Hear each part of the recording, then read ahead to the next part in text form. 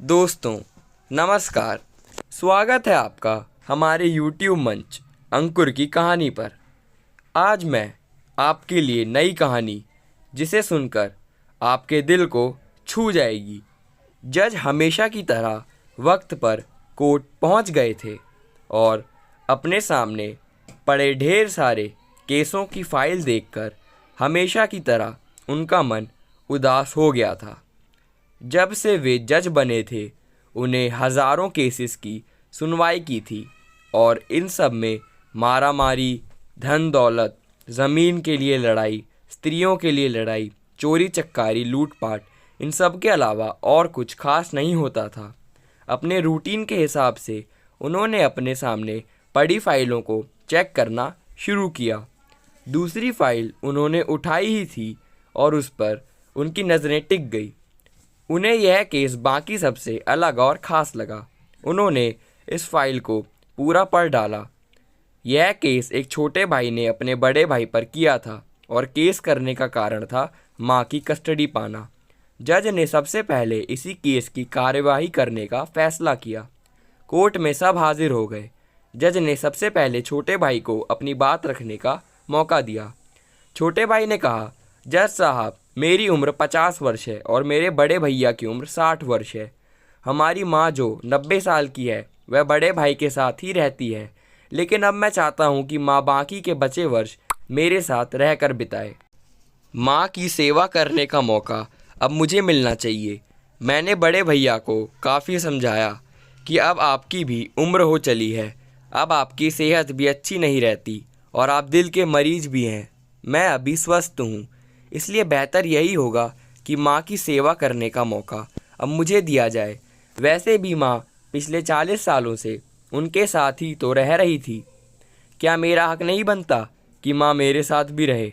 लेकिन बड़े भैया हैं कि इस बात को मानने के लिए राज़ी ही नहीं है, इसलिए मजबूरी में मुझे उन पर केस करना पड़ा। अब बड़े भाई की अपनी बात रखने की बारी थी। बड़े भाई ने कहा, यह बात सच है कि मेरी उम्र 60 साल है। यह बात भी सच है कि अब मेरी सेहत पहले जैसी नहीं रहती, लेकिन उतना ही सच यह भी है कि मैं सिर्फ ज़िंदा रह पा रहा हूँ तो इसलिए क्योंकि मेरी माँ मेरे पास है। चाहे मेरी सेहत कितनी भी ख़राब हो, चाहे मेरी ज़िंदगी नर्क जैसी ही, लेकिन मेरी माँ मेरे पास होने की वजह से वही तकलीफ़ों भरी ज़िंदगी स्वर्ग जैसी बना देती है।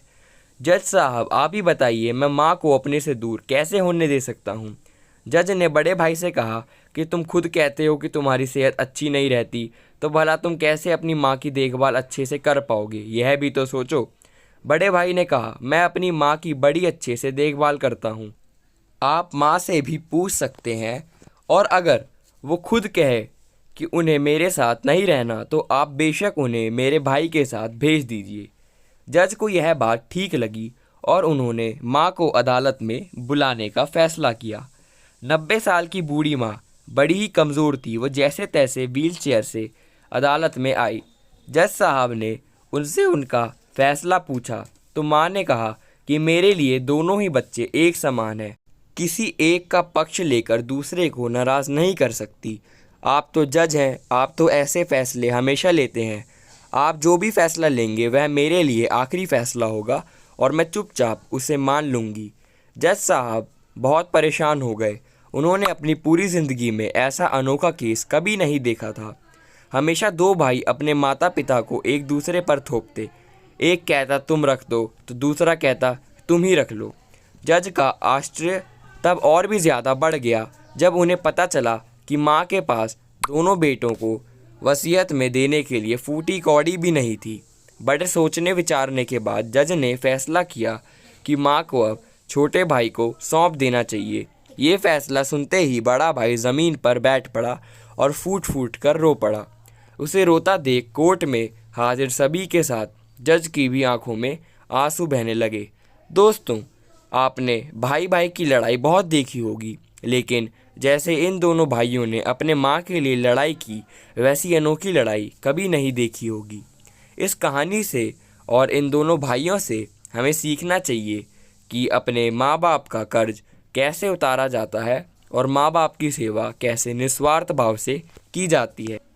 तो भाइयों और बहनों, अगर आपको हमारी यह वीडियो पसंद आई हो तो please like, share and subscribe ज़रूर करिएगा। धन्यवाद। मिलते हैं अगली वीडियो में एक और नई कहानी के साथ।